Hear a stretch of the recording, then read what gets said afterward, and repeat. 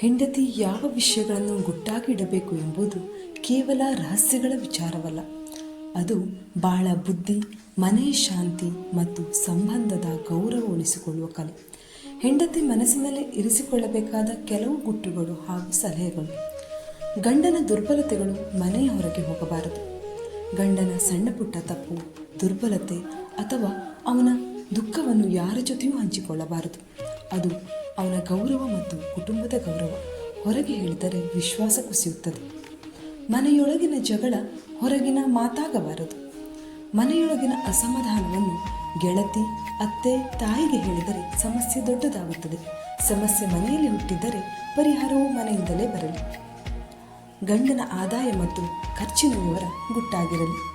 ಹಣದ ವಿಷಯ ಮನೆತನದ ಒಳಗಿನ ವಿಷಯ. ಹೆಂಡತಿ ಅದನ್ನು ಬೇರೆಯವರಿಗೆ ಹೇಳದೆ ವಿವೇಕದಿಂದ ನಿರ್ವಹಿಸಿದರೆ ಮನೆ ಸದೃಢವಾಗಿರುತ್ತದೆ.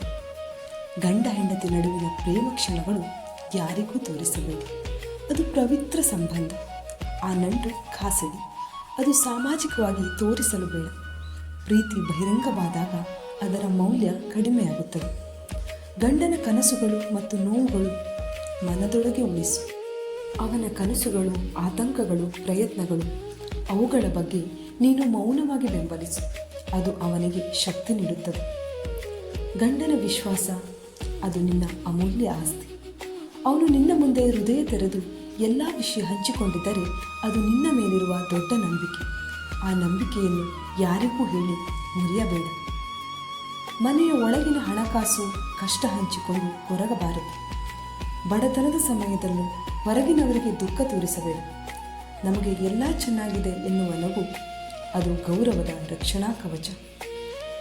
ಪತಿಯು ಹೇಳಿದ ಖಾಸಗಿ ಮಾತು ಮೌನದಲ್ಲಿ ಉಳಿಸು.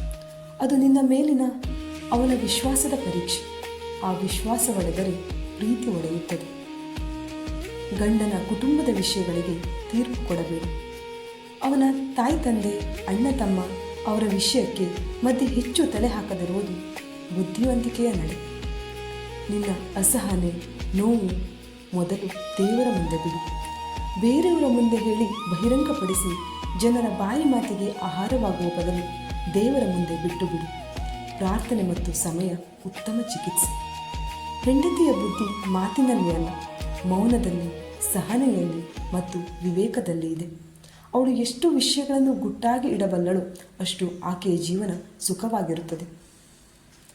ವಿಡಿಯೋ ಇಷ್ಟ ಆದಲ್ಲಿ ಲೈಕ್ ಮಾಡಿ, ಶೇರ್ ಮಾಡಿ. ನಿಮ್ಮ ಅನಿಸಿಕೆಯನ್ನು ದಯವಿಟ್ಟು ಕಮೆಂಟ್ ಮಾಡಿ.